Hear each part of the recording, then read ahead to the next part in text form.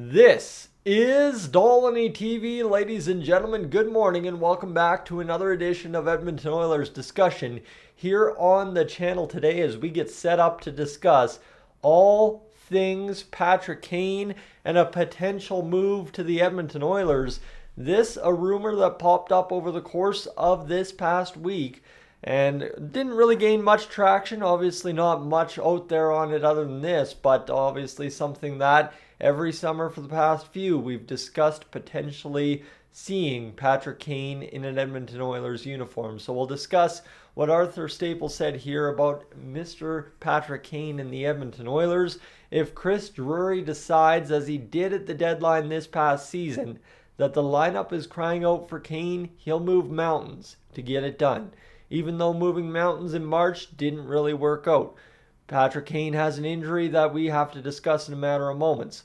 And then Kane has to choose them. He might choose Edmonton or Colorado or maybe Buffalo, depending on who can squeeze a modest cap hit in and which team Kane feels has the best chance to win. So that's where you're at easily with Patrick Kane to begin with, and where we're getting this Edmonton Oilers news today.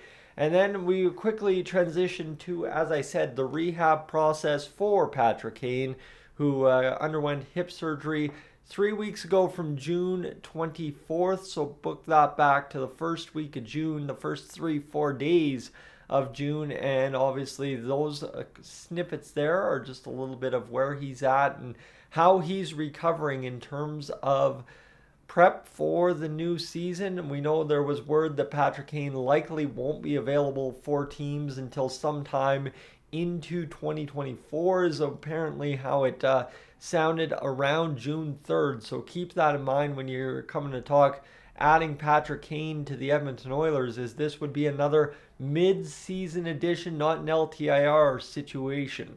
So as we transition into stats here, friends, ooh, bless me. Patrick Kane's injury and Patrick Kane's stats, so pardon the graphic, 21 goals, 36 assists, 73 games played for Patrick Kane this past season, 227 shots on goal, a 9.3 shooting percentage, and 19 minutes and 19 seconds average time on ice, split between Chicago and New York this past season. You then go look at the last 5 years for Patrick Kane, and it's kind of been a decline and then an incline for him over the past little bit. 110 points in 18-19, 84 in 19-20, 66 in the 56-game season that year. 21-22 had 92 points in 78 games played, and then a modest 57 points in a grand total, as we said, of 73 games. For Patrick Kane, though, concern is that over the past, well, I guess you could say 3 seasons, compared to the first 2 on this list, the shooting percentage is dipping down, and so too is a bit of the time on ice. So keep that in mind. Patrick Kane is getting older. Patrick Kane is getting up there, and that determines kind of what the Oilers might be thinking here. So when it comes down to it, friends, I ask you right now, Patrick Kane to the Edmonton Oilers mid-season, yes or no? Would you be a fan of taking on a guy that is a proven scorer, a proven performer, a guy who's won multiple cups, or is it better to just avoid it and find a much better deadline target than Patrick Kane? Friends, have your say in the comments section below. I'm Tyson, this is Dolynny TV. Thank you for tuning in this afternoon, this morning, whenever you're tuning in from.